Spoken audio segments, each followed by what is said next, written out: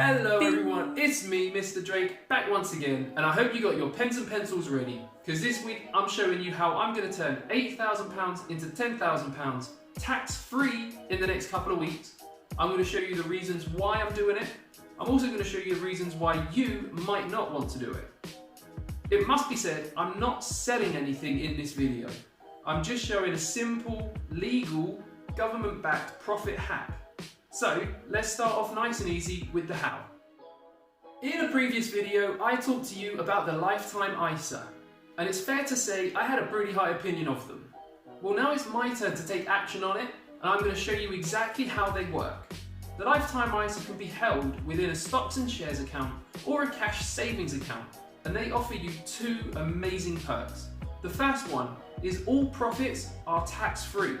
So regardless of how much return you make on your money, you'll never be taxed for it. And two, the government's paying you a 25% bonus on your contributions. The money will be paid in after 6 to 8 weeks. One drawback to the lifetime ISA is that your contributions are capped at £4,000 per year. So from your £20,000 a year overall ISA allowance, 4,000 of that can be paid into your lifetime ISA. This is a good idea, however, because it would be too easy for the higher income earners to take outrageous advantage of this offer if the bonus was paid on all £20,000. Another drawback is that you can only contribute your money to one lifetime ISA per year, which means if you were to open a lifetime ISA in a cash account today, then for the rest of this tax year, you'd only be able to pay into that cash account. In the new tax year, however, you'd be able to open up a new lifetime ISA. And don't worry, your previous year's ISA will still be running in the background, making you profits tax-free. So with this knowledge, how am I going to go about turning £8,000 into £10,000 in the next few weeks? Well, yesterday I opened up a stocks and shares lifetime ISA and deposited £4,000. That £4,000 came from an account that was paying me £1 a month interest. Once the £1,000 bonus has been paid, I'll be able to invest that alongside my £4,000 into the stock market. So I'm going to be able to generate a profit from the bonus. Then a few days later in the new tax year, I plan to add another £4,000 into a cash lifetime ISA. The best sorts of rates of return on a cash lifetime ISA are around 1%.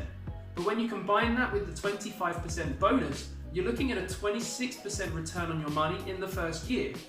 So that will mean in a matter of weeks, I'll have gone from having £8,000 in stagnant savings accounts, paying about £2 a month in interest, to having £10,000 in my lifetime ISA.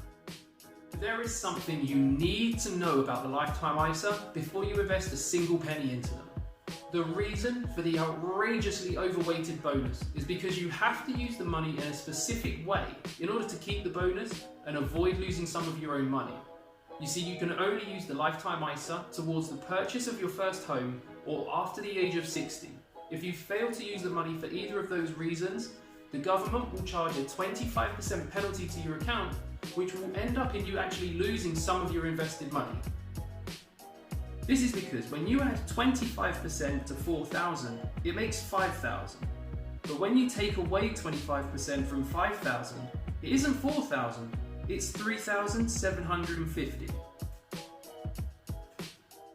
I'm currently renting with my girlfriend, and while we realise we will one day own a family home, we know it won't be on the cards for a few years yet.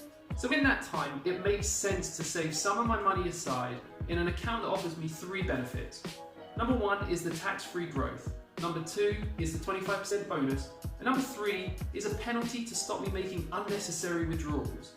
That money and the profits it accumulates will be ring-fenced for my future home buying plans. Because it's right for me, it doesn't necessarily mean it's going to be right for you. So what are the reasons somebody wouldn't want to put their money into a lifetime ISA? You can only use your lifetime ISA toward your first home. So if you already own a home or you're paying on your mortgage, you won't be able to use the money towards the purchase for second home. This will mean you're only left with the option of the after 60s saving.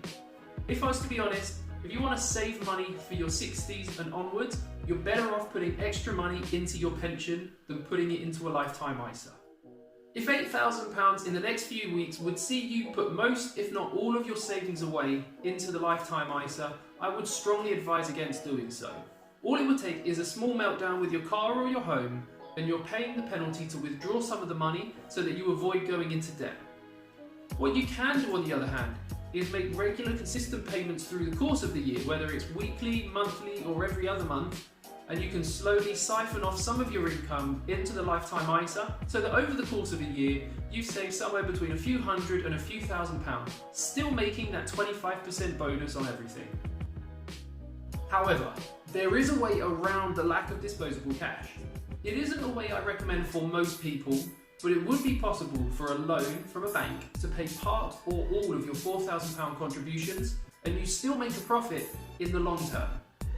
Here's an example. If you borrow the full £4,000 on a 9% loan for 5 years, when you receive the £4,000, chuck it into your lifetime ISA and it becomes £5,000. The total amount payable on your loan over the 5 years is £4,941. So without adding the interest your lifetime ISA would have made over the 5 years, you would have made £59 profit long term. If you overpaid on your loan to clear it sooner, you'll make more. If you repay by £125 per month, which is £43 a month more, you'll clear the loan in just over 3 years and repay approximately £4,560. If you were to clear the loan in 1 year, £349 monthly would clear the loan in year 1 and you pay a total of £4,190.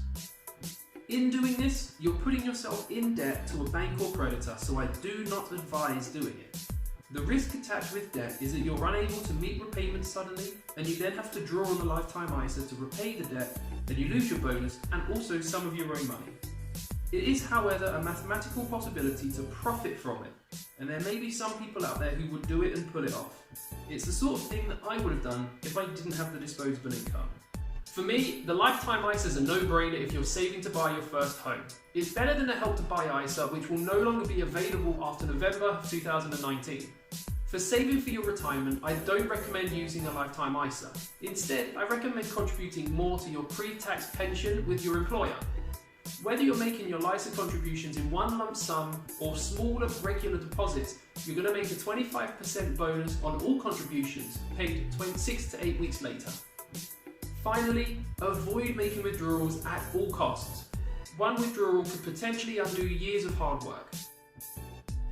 That was how you could turn £8,000 into £10,000 in the next few weeks. If you found it useful, please like and subscribe or share the video with your friends. Until next time, stay cash flow strong, turn your wages into wealth, and I'll see you in the next video. It's ciao for now.